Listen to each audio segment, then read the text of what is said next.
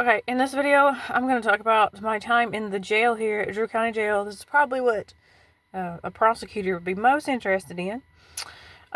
Okay, well, as I've explained, I don't know who the police officer is, but I've talked about that and what happened. They took me in the black truck in the back, and by the sod here. I went in. I was telling you about, they took me in the little booking room there. And I talked about how the police officer had the piece of paper with the girl's next door picture on it. And then there was the younger white male guy that I talked about before, light-skinned, had really blonde hair, short blonde hair.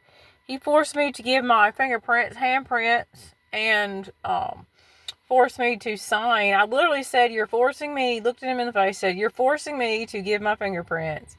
And then I put a line on the signature part. I said, "This is not my signature." Straight looked at him and said it. Okay? All right. And then she asked me, like, the Burgess girl, she asked me, like, I don't know. It was a few simple questions. She asked me about the date of my period, which is very strange. I looked at her very strange when she said that. Unnecessary questions, not relevant to anything. Anyways, then they dressed me out in the little thing and put me in that holding cell. You could tell it was a filled-in shower. Okay, and that's when you could hear in another room, like I explained the other ones that were there. Now, there was a African-American, older woman that worked in the little center area there, office area too. I don't know who she was. I had to get somebody else to identify her. Also gave me a tablet that I couldn't use. Just gave it to me. There wasn't any way to use it at all. I don't know what the deal with it was. And then a young black girl came and took it from me. And like, and it was, I don't know, it wasn't very, it was like a few hours later. Anyways, okay, and then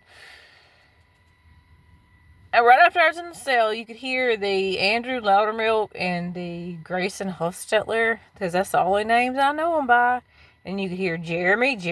Andrews, and you could hear one of the judges. I'm assuming it was Gibson. It sounded like him, but I've only heard would be 4 different judges. It'd be Drew County, which would be Gibson. It'd be Ashley County. It'd be Puryear. It could be District Court, Ashley County.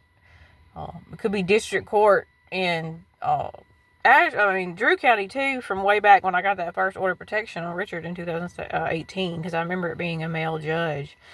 We had child support court in September or October, and I remember hearing Puryear, and I don't think it was Puryear, but they sound different up there on the bench. So, it was one of them. And they were in there. It was after I took my mug shot, and they were just talking about me and laughing at me and making fun of me. And just kicking it up, having a blast. And that didn't sound like it was either recording or it was them, because I've never heard any AI or anything be that good. Now tell me if it's gotten that good, because they were talking all quick and laughing and everything else. I don't remember what all was said. I remember some of the things that were said because they were talking about me. Like I said, it was obvious what was happening. It was a humiliation thing, which is incredibly illegal. And none of these people have room to be talking about anybody. None of this makes any sense.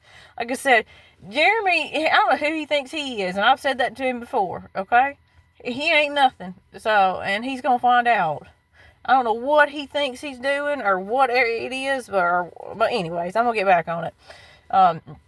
Anyways, and I remember it was either the Grayson Huffstetler or Andrew Loudermilk that said Jeremy Andrews and Danny Dumas paid to rape you all night.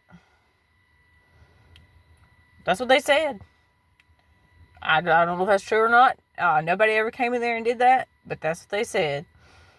And then the last thing I heard out of all of them once they left and shut up, I didn't see any of them at this time. I did see the Grayson Hofstetler and Andrew Loudermilk, in the part of the jail with me. I could see everyone, all the guys, all the trustees. They could see me too.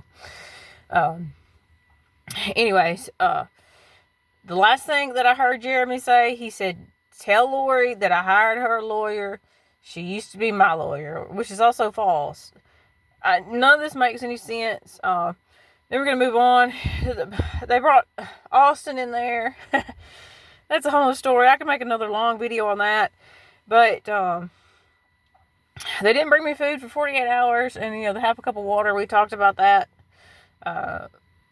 My heart, when I was, it was like a day in. They didn't tell me the time or the date in there. They would not tell you. They were just, it's just absurd. So many civil rights violations, everything else. More than that, this is a crime.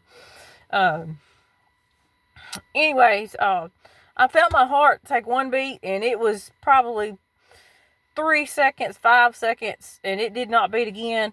Then it beat again, and I knew that something was happening. It did not take another beat. And I stood up, and that's what made my heart start beating again. I stood up and started pacing.